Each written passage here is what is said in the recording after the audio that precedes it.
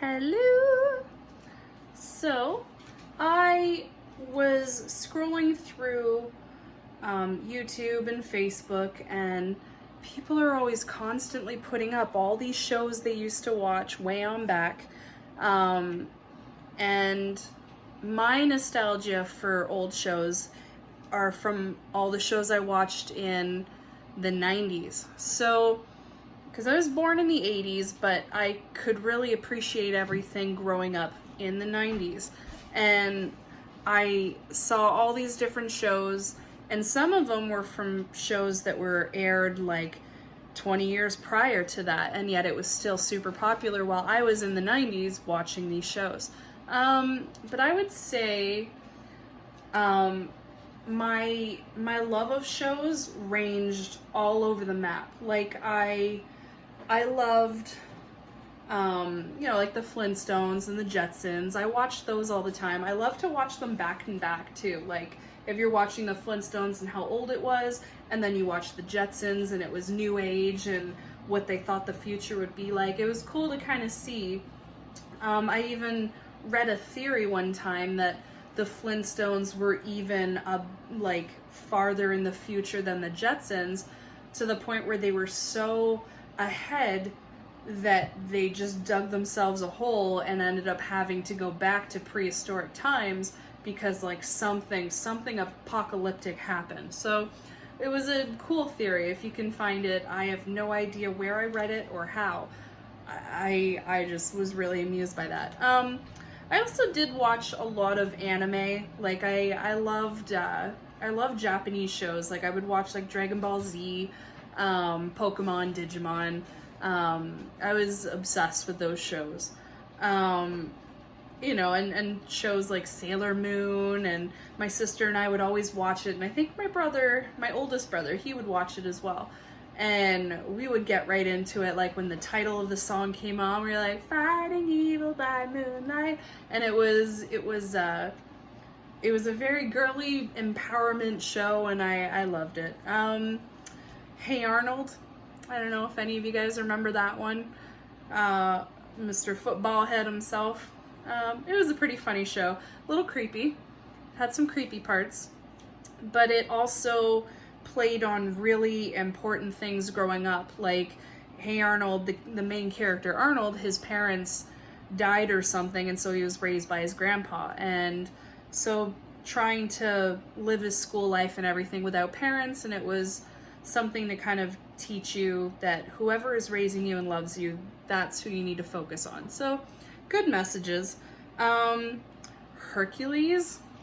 Do you guys remember Hercules? Kevin Sorbo? I do. It was weird seeing him play a role like Hercules, and then later on playing a role as like a ship captain in Andromeda, a very sci-fi show. So it was weird seeing that switch where he was a big, muscle-bound, crazy dude, and then all of a sudden he's just like a spaceship commander. So it was weird seeing the switch. What about young Hercules with Ryan Gosling?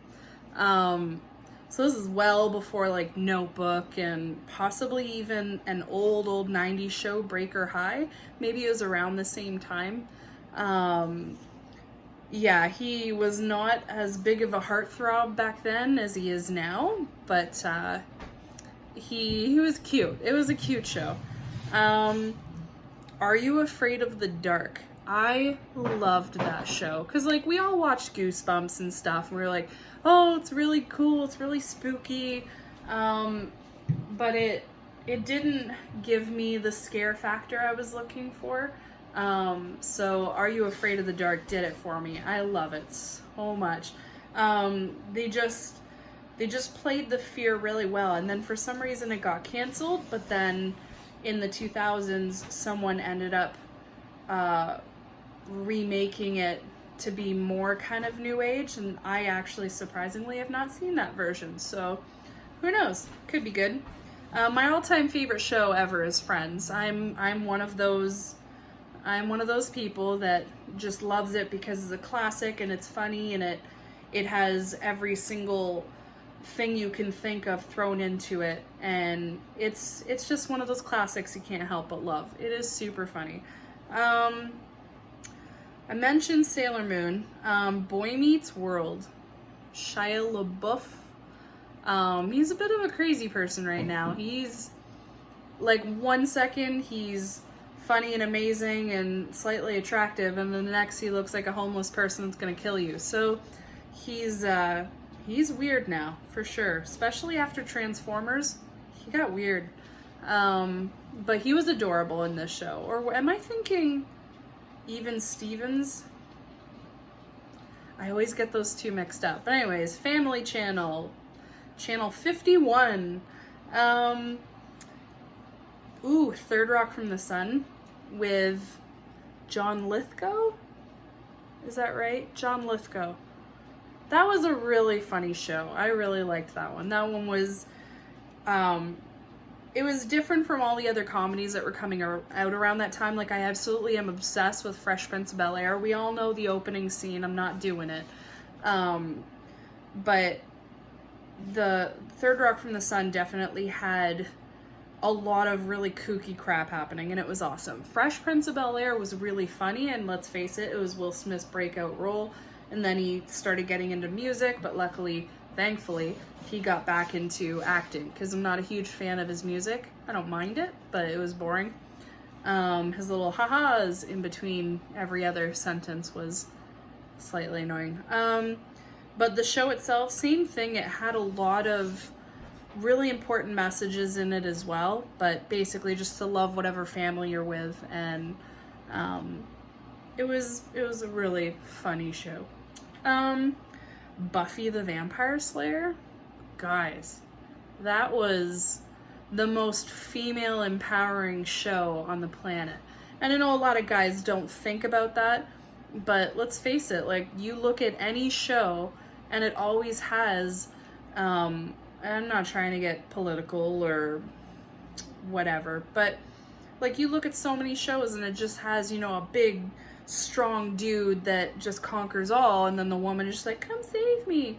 But when Buffy the Vampire Slayer came out, it was like the new age Wonder Woman. It was like, here we go, this woman is gonna kick ass, and she does. And there's so many times where she's like, no, I'm not taking your crap, and then she would haul it for sure. She'd murder so many things. But I also really loved it because that was the first show that I ever saw that actually had two lesbians together. And I wouldn't say that it was like the first lesbian on-screen kiss I've ever seen, but it was definitely something important in my life to see, to be like, oh my goodness, like, that's so, like, the fact that the show could accept that around that time was a big deal.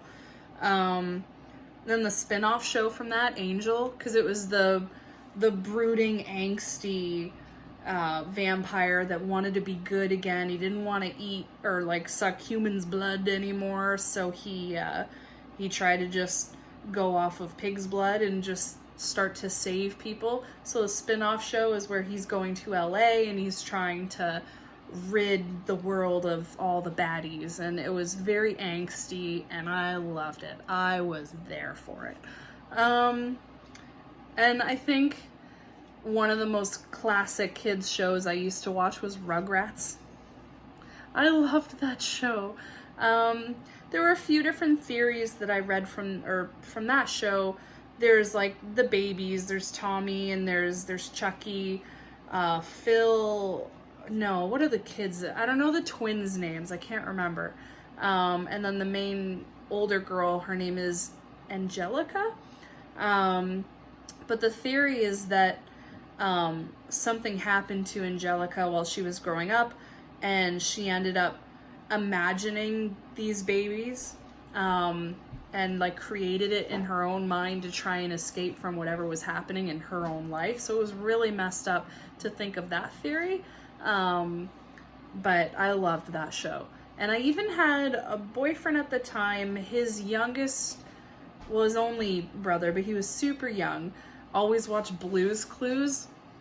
And I know that the show is for like 2 and 3 year olds, and I was like 10 or something, and I loved watching that show. It was so cute. And it's probably because I love puppies and I love the color blue, and it was adorable. I don't know. So those are some of the shows that I grew up watching, and I'm always seeing them pop up now and again. Where like one of my friends will put it on her feed, where she puts a post up about it and goes, "Hey guys, do you remember this?"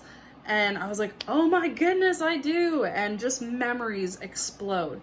So like, what are the kind of shows that you guys watch that you were obsessed with, but you haven't seen or heard about it in years and years and years, and all of a sudden you hear it just once, and then memories just flood back?